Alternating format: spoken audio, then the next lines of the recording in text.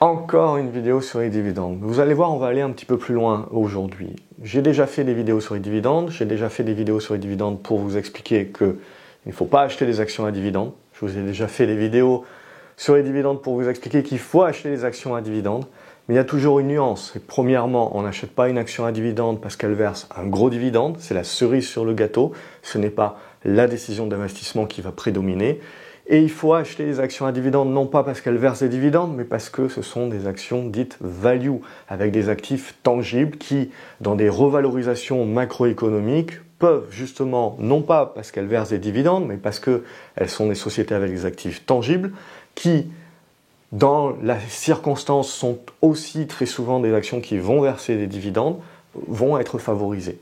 Et là, dans cette vidéo, ce que je veux vous dire, c'est que je vais vous parler un petit peu du couteau suisse et de ce qui peut changer un petit peu la face de cette stratégie du dividende. C'est déjà le cas aux États-Unis. Mais premièrement, regardons ce premier graphique. Ce qu'on se dit sur ce premier graphique, c'est qu'on voit que le rendement des actions qui est distribué en dividende sur le S&P 500, mais c'est aussi valable sur les autres gros indices, on est à 2% et c'est en baisse depuis des décennies.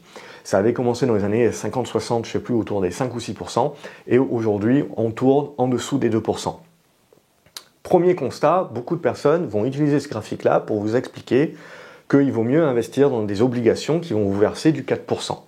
Puisque le rendement que vous pouvez obtenir sur les actions, on va dire dites défensives, c'est 2%, c'est pas intéressant. On oublie qu'un indice, c'est un indice qui vit, et sur ces 15 dernières années, on a surtout gavé les indices de valeurs technologiques, de valeurs de croissance, qui par définition ne versent pas de dividendes. Mais elles versent autre chose, elles récompensent leurs actionnaires d'une autre façon en faisant du rachat d'actions. C'est-à-dire qu'elles vont utiliser leurs profits pour pouvoir racheter leurs propres actions, réduire le nombre d'actions disponibles et donc augmenter votre part de profit que vous allez partager futur. Ça a plusieurs avantages de faire du rachat d'actions. D'une part, c'est assez simple pour l'entreprise à mettre en œuvre, c'est souvent moins coûteux que de distribuer du dividende et ça fait beaucoup plus plaisir à l'actionnaire parce que ça crée beaucoup plus de valeur pour l'actionnaire à long terme et également pour l'entreprise. Ça fait aussi autre chose, ça permet de mettre un socle de volume et d'achat pour soutenir le cours de l'action, ça permet de réduire le flottant et donc de réduire le nombre d'actions disponibles et éventuellement là aussi de réduire finalement la contrepartie. Si l'entreprise va bien, on va dire que ce manque de contrepartie et cette réduction du flottant permet d'avoir un essor du prix de l'action qui est supérieur à ce qu'il aurait pu être. Et pour l'actionnaire, ça permet en règle générale d'avoir un gain sur la plus-value liée à l'augmentation du prix de l'action, plutôt que de recevoir un dividende sur lequel on va devoir payer une taxe, et potentiellement une double taxe quand c'est une action étrangère. Et il y a tout un tas de bis à faire pour récupérer ce trop perçu. La problématique, on le sait, en bourse, si vous voulez réellement avoir des rendements qui sortent de l'ordinaire, c'est à long terme, c'est important de réinvestir les dividendes que vous recevez, les réinvestir tout de suite, et de même, je dirais, réinvestir la partie qui vous a été bouffée par les impôts. Parce qu'au bout de 30 ans, cette part qui vous est bouffée à chaque fois pour les impôts, si elle n'est pas réinvestie, ça fait une grosse différentielle. Et du coup, le rachat d'actions, c'est super intéressant parce qu'on n'a pas besoin de s'en occuper. C'est l'entreprise qui décide quand est-ce qu'elle va racheter ses actions, quel prix pour elle est considéré comme pas cher ou pas. Et tant qu'on ne vend pas les actions, si vous voulez, on n'est pas dans une volonté de payer les impôts. En plus, si on est dans des enveloppes fiscales, etc., on peut, comme pour les dividendes, avoir justement repoussé, on va dire, l'échéance du moment où on paiera les impôts et ça sera sur la CSG. La problématique que ça peut poser tout ça, c'est que les dividendes sont imposés et comme le phénomène des rachats d'actions est en train de prendre de l'ampleur, il y a fort à parier que les gouvernements vont venir, évidemment, taxer les entreprises qui font du rachat d'actions. Est-ce que ça sera suffisant pour les empêcher de le faire ou pas? Je ne pense pas. Je pense, si vous voulez, qu'on a de plus en plus d'entreprises qui font du rachat d'actions et même des entreprises avec des actifs tangibles qui versaient de gros dividendes jusqu'à maintenant se mettent à faire du rachat d'actions. Parce que à la fin, si vous voulez, c'est qu'une politique de fidélisation de l'entreprise. L'entreprise, elle va récompenser ses actionnaires de l'avoir aidé, de lui avoir apporté du capital en leur redistribuant une part des profits. Elle peut le faire via du dividende et elle peut le faire via du rachat d'actions. Et évidemment, aujourd'hui, l'actionnaire va préférer du rachat d'actions pour une problématique d'imposition, et même l'entreprise. Tant que les taxes, si vous voulez, ne seront pas trop importantes, pour moi, le phénomène que l'on a aux États-Unis depuis une quinzaine d'années va gagner en ampleur en Europe. Si bien qu'aujourd'hui, quand vous regardez les journaux, on n'arrête pas de vous dire les dividendes versés sont à des niveaux records. Ils le sont en termes de valeur en euros, mais ils sont en drastique réduction en pourcentage, en rendement, si vous voulez. Et vous êtes obligé de rajouter les buybacks, les rachats d'actions à ça pour véritablement avoir le vrai rendement qui est redistribué à l'actionnaire. Et au lieu des 2% qu'on a vu plus tôt, on est plutôt autour des 4%. 4,5%. Ce qui fait qu'on est également au même niveau ou supérieur à l'obligataire. Ce qui fait que c'est là aussi où beaucoup de personnes vous disent il ne faut pas prendre de risques sur les actions parce que l'obligataire rémunère mieux. Non, c'est parce qu'aujourd'hui, si vous prenez les indices, le S&P 500 n'est pas le S&P 500 des années 50 ou des années 90, qui était trusté par des valeurs industrielles, des valeurs énergétiques qui, par essence, versaient des dividendes à 5-6%. Donc c'était normal, comme c'était ces valeurs-là qui étaient surpondérées dans les indices, c'était normal d'avoir des rendements sur dividendes de l'indice, on va dire, qui étaient autour des 4-5%. Et aujourd'hui, d'être à 2%, puisque plus de 30% de l'indice, c'est des valeurs de croissance qui ne distribuent pas de dividendes ou très peu et font surtout du rachat d'actions. Mais dès que vous rajoutez le rachat d'actions, vous vous rendez bien compte, si vous voulez, que finalement, on est toujours autour de ces 4-5% de rendement pour l'actionnaire.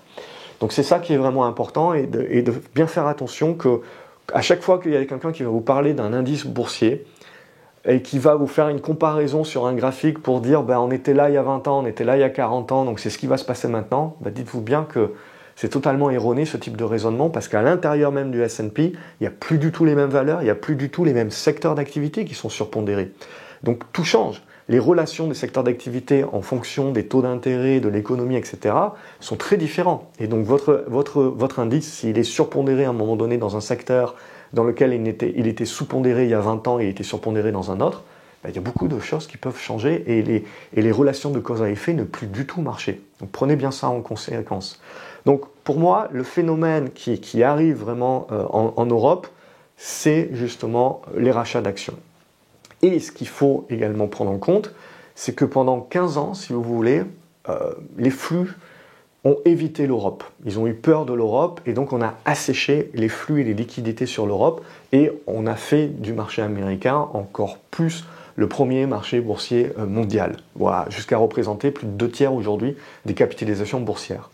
Mais écoutez-moi bien, parce que en gros, si une partie de ces flux-là reviennent sur l'Europe, parce qu'il y a des valorisations attractives, parce qu'il y a une rotation macroéconomique de revalorisation de ces valeurs value, on peut revenir en effet chercher des valeurs à dividendes, mais surtout aussi des valeurs qui vont commencer et qui font de plus en plus à racheter leurs actions. En rachetant leurs actions, elles réduisent le nombre d'actions disponibles, elles réduisent l'offre. Et la demande grossit. À la fin de la journée, les profits des sociétés sont importantes pour valoriser une entreprise à long terme, mais les revalorisations que vous pouvez avoir au niveau des secteurs, au niveau des zones géographiques, ça va être lié à des données macroéconomiques. Et tout cela sera lié au flux. Votre marché ou votre action a beau être très peu cher, si personne a un rond, personne ne peut investir, personne ne peut acheter, personne ne peut créer de la demande. Il y a donc une suroffre par rapport à la demande, votre action ne restera pas chère. C'est comme les marchés chinois ou le marché russe, c'est resté pas cher pendant des décennies parce qu'il y avait un risque, il n'y avait pas suffisamment de demande et il y avait une suroffre. Le marché chinois, il faut bien dire que si vous voulez, a ouvert les vannes, il y a eu de plus en plus d'introductions en bourse, il y a eu donc de plus en plus d'actions disponibles, il y a eu des augmentations de capital, on a fait rentrer énormément d'investisseurs, donc on a créé sans cesse des nouvelles actions. On a sans cesse augmenté l'offre. Et on n'a pas réussi jusqu'à maintenant à augmenter la demande puisque en interne, les Chinois sont très peu friands d'acheter des actions. Peut-être que ça changera. On voit la Chine est en train d'essayer de booster ça. Mais in fine, si vous voulez, vous voyez, la demande n'a pas réussi à avaler toute l'offre. Et c'est pour ça que depuis 10 ans, le marché chinois ne fait pas grand-chose, mis à part des mouvements, ce que j'appelle des sous-vagues, et qui, pour moi, on n'investit pas sur la Chine à long terme, on investit sur la Chine sur des sous-vagues, c'est-à-dire on joue du moyen terme, mais jamais réellement sur le long terme. Parce que pour vraiment jouer des cycles qui sont longs sur le long terme, comme les États-Unis ont fait, Il n'y a pas 36 000 solutions. Regardez, la demande a été augmentée parce que les liquidités ont augmenté, mais on n'a fait que réduire l'offre drastiquement. On a réduit l'offre avec les fusions-acquisitions, on a réduit l'offre avec les faillites des sociétés, on a réduit l'offre avec le private equity qui a finalement investi énormément d'argent gratuit pour pouvoir valoriser des sociétés qui n'avaient donc plus besoin d'aller en bourse parce qu'elles avaient de l'argent beaucoup moins cher avec beaucoup moins de contraintes que si vous allez en bourse. Vous avez tout un tas de réglementations et ça a un coût d'aller en bourse. C'est quelque chose qui va certainement, avec les taux qui sont remontés et qui potentiellement ne redescendront pas à des taux réels négatifs mais resteront positifs, c'est peut-être un truc qui va remettre un petit peu la lumière sur pas mal d'entreprises qui auront plus de facilité à rentrer en bourse pour lever des capitaux à moindre intérêt que sur le private equity. C'est encore long, mais vous devez prendre en compte ça. Donc en gros, on s'est retrouvé avec moins d'actions sur le marché américain. Et en plus, vous faites du rachat d'actions. Donc vous continuez d'enlever des actions. Donc en fait, votre offre n'a fait qu'être réduite ces 15 dernières années. Et tout cela a été accéléré depuis 2019 également. Donc en gros, vous avez une demande qui est de plus en plus large que pour acheter des actions et vous en avez de moins en moins disponibles. Vous créez un manque de contrepartie, vous créez donc une surdemande par rapport à l'offre et tout cela a été concentré avec les ETF et compagnie, les mouvements de qualité, de momentum, tout cela est concentré de plus en plus sur de moins en moins d'actions. Et en gros, c'est ça qui crée les concentrations. Tant que les entreprises délivrent, si vous voulez, tant qu'il y a un surplus de liquidité, tout va bien, parce que ce manque de contrepartie crée des exponentielles à la hausse. Mais le phénomène inverse peut également se passer, c'est-à-dire que le risque finalement, c'est le manque de contrepartie, et on peut se retrouver, comme on le voit déjà depuis quelques mois, et comme je l'avais déjà expliqué il y a plus d'une année, on peut se retrouver avec un manque de contrepartie, et sur même des grosses capitalisations, des gros mouvements de volatilité. Alors que d'habitude, la plupart des gens vont aller sur des grosses capitalisations parce que, justement, elles n'ont pas beaucoup de volatilité. Et là, la roue est en train de tourner parce qu'on a tellement asséché le flottant de ces actions-là. On a des ETF, des grands actionnaires, l'entreprise elle-même qui sont à long terme. Donc en fait, la part de vrais flottants, d'actions vraiment disponibles sur ces actions-là au jour le jour pour être échangées, est réduite à peau de chagrin. Et c'est ce qui peut créer, lorsque vous avez un petit peu tout le monde qui veut réagir de la même manière au même moment, un manque de contrepartie, vous vous retrouvez avec une surdemande pour vendre par rapport à une offre qui n'est pas existante. Et vous n'avez pas la contrepartie acheteuse en face, et donc ça va creuser dans le prix, même sur des très grosses capes. Donc on est sur des phénomènes techniques qui ont été accélérés par cela aussi. Donc ces rachats d'actions, si vous voulez, sont créateurs de valeur, mais il faut aussi intégrer, comme pour le dividende, qu'il faut toujours regarder, est-ce que l'entreprise a les moyens de le payer? Est-ce que l'entreprise est en train de me rémunérer mon dividende ou les rachats d'actions avec de la dette? Auquel cas c'est no-go. Est-ce qu'ils font avec des profits, mais est-ce que du coup ils ne sous-investissent pas dans leur outil de production? Et à long terme, ça peut faire en sorte que sans recherche et développement, sans investissement dans l'outil de production, je vais peut-être annihiler ma croissance future. Donc il y a un juste milieu. Et comme tout, comme je vous ai dit, ce n'est pas le dividende ou le rachat d'actions qui doit faire votre achat. Il faut regarder le détail, il faut regarder ce que fait le management. Il ne faut pas oublier que énormément, notamment outre-Atlantique, de managers sont payés aux variables et ils sont payés notamment au-delà des résultats de l'entreprise, ils sont payés sur le prix de l'action. Ce qui peut créer des effets pervers, c'est-à-dire de pousser le management à faire des rachats d'actions pour soutenir son cours de bourse, pour toucher sa prime à la fin de l'année. Donc faites bien attention à ça. Aussi, il y a rachat d'actions et rachat d'actions de la même manière qu'il y a dividendes et dividendes. On est sur des choses où c'est la cerise sur le gâteau et il faut toujours de toute manière creuser et acheter une boîte pour ce qu'elle est, pour son avantage compétitif, pour son futur qu'on peut éventuellement entrevoir. Rachat d'actions et dividendes, ça va être la cerise sur le gâteau. Mais comme je vous ai dit, c'est aussi important de comprendre un petit peu ces phénomènes et l'accélération de ces phénomènes, même si les États viennent taxer un petit peu les rachats d'actions. Je pense que ça ne va se faire que s'accélérer en Europe et continuer ce manque de contrepartie qui peut avoir un effet double tranchant. Voilà ce que je voulais vous dire aujourd'hui sur cette vidéo à nouveau sur les dividendes et les rachats d'actions. Comme d'habitude, j'espère que ça vous a intéressé, que c'était compréhensible. N'hésitez pas à liker la vidéo, à la partager également. Merci pour tous ceux qui le font. Ça aide énormément ma motivation, premièrement.